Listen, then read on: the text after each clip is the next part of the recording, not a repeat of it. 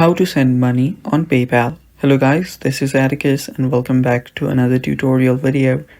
In today's video, I'm going to teach you how you can send money on PayPal.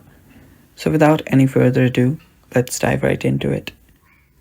So the first step is open up your PayPal. After you open up your PayPal, on the bottom middle, you should see a send request option. Tap on it. After you tap on it, you will then need to start searching for a name. So search for the contact that you want to send it to. So after you search for it, you'll also find the recent searches right here. If you want, you can simply tap on the people that you know from the recent searches. After you do that, you can then simply type in the amount that you want to send. You can add a message as well if you'd like. And there you'll see request and send.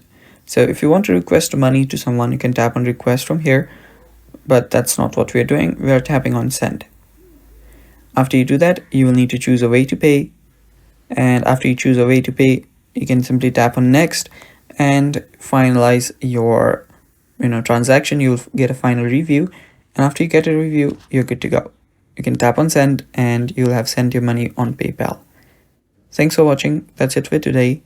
Stay tuned for more and bye-bye.